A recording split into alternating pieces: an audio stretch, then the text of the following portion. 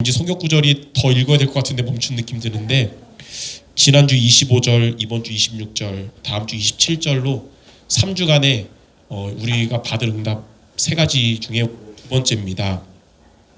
바로 후대 살리는 교회 제목인데요. 먼저 첫 번째, 우리 성도 여러분들 평생 받아야 될 응답 세 가지가 있어요. 첫 번째는 뭐냐면 렘넌트들이 살아나는 응답인데, 우리 성도 여러분과 관계 있는 우리 후대들이 한 번 사는 인생에서 가장 중요한 예수님을 구주로 영접하고 나서 끝이 아니고 교회에 와서 예배의 축복을 누리고, 그리고 제자로 세워져서 각자의 현장에서 승리하는 것이 우리가 받아야 될 응답이고 기도 제목입니다. 두 번째, 우리가 평생 기도하여서 받을 응답이 뭐냐면 세계복음화입니다. 세계복음화는 부활하신 예수님이 주신 마지막 명령이에요. 뭐라고 말씀하셨냐면 마태복음 28장 19절 30절에 보니까 모든 족속으로 제자를 삼아라. 그래서 우리나라에도 우리가 살아가면서 제자를 삼아야 되고 선교 현장에서도 제자를 찾아 세워야 되는 겁니다. 또 마가복음 16장 15절에는 너희는 온 천하에 다니며 만민에게 복음을 전파하라. 그러니까 모든 사람에게 복음이 증거되어야 된다. 사도행전 1장 8절에는 오직 성령이 임하시면 권능받고 땅끝까지 증인되리라. 세계복음화를 놓고 하나님의 마지막 부활하신 주님의 미션을 우리가 붙잡고 응답받아야 됩니다. 자, 세 번째로 기도할 게 뭐냐면, 자, TCK를 놓고 기도하기 바랍니다. TCK가 뭐냐면 영어로 Third Culture Kids라고 해서 제3의 문화권에 있는 아이들인데, 무슨 말이냐면 외국 사람들이 우리나라에 와서 일하면서 돈 벌잖아요. 근데 그들의 아이들이 방치되어 있는 거예요. 그래서 와 있는, 우리나라에 여러분 현장에 와 있는 외국인 아이들을 TCK라고 합니다. 문화가 다르고 생김새가 다르다 보니까 우리나라 와서도 이들이 소외 계층이 있지만, 분명한 것은 하나님이 이들을 세계복음화의 주역으로 하나님이 쓰신다는 겁니다. 그리고 우리가 다른 나라는 못 가도 이 땅에 살면서 와 있는 이런 외국인 어린아이들에게 복음 전하고 이들을 제자로 세우는 게 바로 또 가장 큰 선교라고 할 수 있습니다. 이 세 가지를 놓고 우리는 평생 기도하고 응답받아야 되는 것입니다. 자, 그러면 두 번째로 이 세 가지 기도에서 우리가 응답 받으려면 어떻게 하면 되냐? 구체적으로 우리 성도 여러분들 올해 2025년 송구영신 예배를 통해 주셨던 세 가지 기도 제목을 가지고 기도할 때 하나님은 우리 후대들이 살아나는 응답과 세계복음화의 축복 누리고 이제는 TCK까지 살리는 응답을 주실 것입니다. 몇 주 전에도 그 얘기 했었는데, 제가 이제 학기 중에 저쪽에 아주대 지교회 사역을 하고 있어요. 아주대에 있는 렘넌트와 지교 예배 드리는데, 정릉 사랑교회 여자 부목사님한테 전화가 왔어요.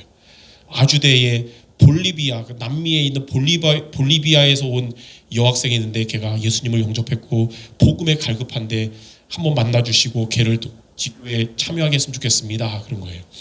그래서 만나기로 했는데 전날 전화 왔어요. 얘가 요즘 상처 여러 가지 힘들어서 좀 기다려야 될 것 같습니다. 그래서 알겠다고, 나중에 때 되면 다시 연락 주세요 그랬거든요. 그러면 와 있는 그 학생을 만약에 제대로 제자로 세운다면 볼리비아 선교의 축복 누리는 거 아니에요. 이처럼 여러분의 있는 곳에서 세계복음의 축복 누리도록 우리는 세 가지 기도 제목으로 기도해야 되는 첫 번째가 뭐냐면, 하나님 우리 교회가 빛의 교회가 되게 하소서. 빛의 교회가 뭐냐면 세 가지 뜰이 이루어지는 교회예요. 다민족을 살리는 이방인의 뜰인 237의 교회가 되고, 병든 자를 살리는 치유하는 교회가 되고, 후대를 살리는 서밋의 교회가 되는 것. 자, 이런 교회가 돼야 하나님이 원하시는 이 세 가지의 응답을 우리가 받을 수 있습니다. 자, 그러면 이러한 교회, 또 이러한 주역 되려면 우리는 무슨 기도해야 되냐면 남은 자의 기도를 해야 됩니다. 남은 자의 기도란, 남은 자가 뭐냐면 복음을 가진 남은 자예요. 여러분들은 오직 그리스도를 붙잡고 기도한다면 하나님은 우리와 교회에 세 가지 뜰의 응답을 주실 거예요. 이게 첫 번째 기도 제목입니다. 두 번째는 여러분이 뭐가 되냐면, 하나님 우리의 산업과 경제가 빛의 경제가 되게 하소서. 헌금 때마다 제가 기도하는 것처럼 구약의 오바댜와 같은 신약의 로마서 16장 지자들과 같은 빛의 경제 응답 받게 달라고. 이 빛의 경제 응답은 교회를 살리는 경제요, 선교하는 경제고, 그리고 후대를 살리는 경제를 말합니다. 여러분의 업이 이것을 살리는 응답받을 경제가 되는 게 빛의 경제예요. 자, 이렇게 응답받는 자가 되려면 무슨 기도해야 되냐면 순례자의 기도를 해야 됩니다. 자, 순례자의 기도. 순례자는 말씀에 인도받아 가는 자예요. 그래서 하나님은 말씀에 인도받는 여러분들에게 빛의 경제 응답을 주실 겁니다. 그래서 빛의 경제 놓고 기도하는 여러분들 올해 말씀 따라가시기 바랍니다. 자, 세 번째는 우리가 무슨 기도 제목이냐면 빛의 이정표를 세우게 하소서. 빛의 이정표가 뭐냐면 제자를 세우는 거예요.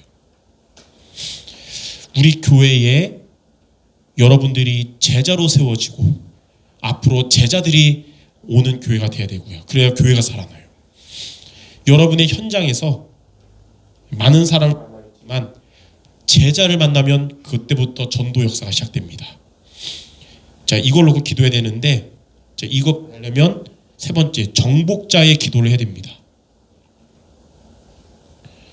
정복자의 기도는 뭐냐면 하나님의 나라가 임하는 서밋타임 승리하는 자입니다. 그래서 오전 말씀처럼 이렇게 주일 예배도 성공하지만 날마다 기도의 힘을 얻는 시간을 가진다면 하나님의 나라가 임하고 그게 쌓여서 빛의 이정표인 제자를 만나게 될 줄 믿습니다. 빌레그레암 목사님이 그런 얘기를 했어요. 기독교는 일요일날 교회에서 예배드리는 것만이 아니라 날마다 예수님과 함께 살아가는 것이다. 그러니까 여러분, 이렇게 예배도 중요하지만 날마다 서밋 타임을 가진다면 하나님은 여러분에게 빛의 이정표를 세우게 할 줄 믿습니다. 이렇게 1년간 우리가 송유영신 예배를 통해 했던 세 가지 기도 제목을 여러분이 계속 기도한다면 하나님이 여러분의 기도를 통해서 이런 평생의 응답을 주실 줄 믿습니다. 자, 마지막 세 번째, 기도 응답이 아직 안 올 때 어떻게 해야 됩니까? 제가 어제 우리 밤에 묵상하다가 우리 교회 카톡방에도 올렸는데, 당연히 우리는 기도 응답 받을 자격이 있고 하나님이 말씀으로 약속을 하셨는데 그거 놓고 기도하는 거예요. 응답되는 사람들인데 왜 나는 응답이 안 됩니까? 그게 이제 응답이 안 되는 현실이 어려울 수 있고, 또는 다른 사람은 응답 받는 것 같은데 나만 안 오는 것 같고, 이러다 보면 어떤 마음 들까요? 그냥 포기하고 싶어지는 마음도 들 수 있고, 마음이 안 좋으니까 상처받을 것 같은 마음도 들 수도 있어요. 근데 여러분, 분명히 내가 하나님의 말씀 따라가면서 기도하는데 응답이 안 온다. 그때 여러분들 세 가지를 기억하시기 바랍니다. 첫 번째, 응답의 시간표를 하나님께 맡겨라. 예, 여러분에게 응답이 오는 시간표가 하나님께 맡겨야 돼요. 사도행전 1장 6절에 보니까 부활하신 예수님께 감람산에서 제자들이 그랬어요. 하나님이 언제 응답 주십니까? 근데 7절에 예수님 뭐라 했냐면 때와 시기는 아버지께서 자기의 권한에 뒀기 때문에 너희가 알 바 아니다 그랬어요. 왜냐하면 우리의 시간은 지금이지만 하나님의 시간은 영원입니다. 우리는 지금을 보지만 하나님은 여러분의 과거와 오늘과 미래를 다 보시고 응답하시는 거예요. 우리는 최대한 빨리 응답받기를 원하지만 하나님은 빨리 주시는 분이 아니세요. 최적의 시간표에 응답 주시는 겁니다. 그래서 응답의 시간표를 지금 응답 안 온다고 포기하거나 상처받을 게 아니라 하나님께 맡기자. 자, 두 번째, 기도 응답이 아직 안 올 때는 어떻게 되느냐? 이미 받은 응답을 확인해야 됩니다.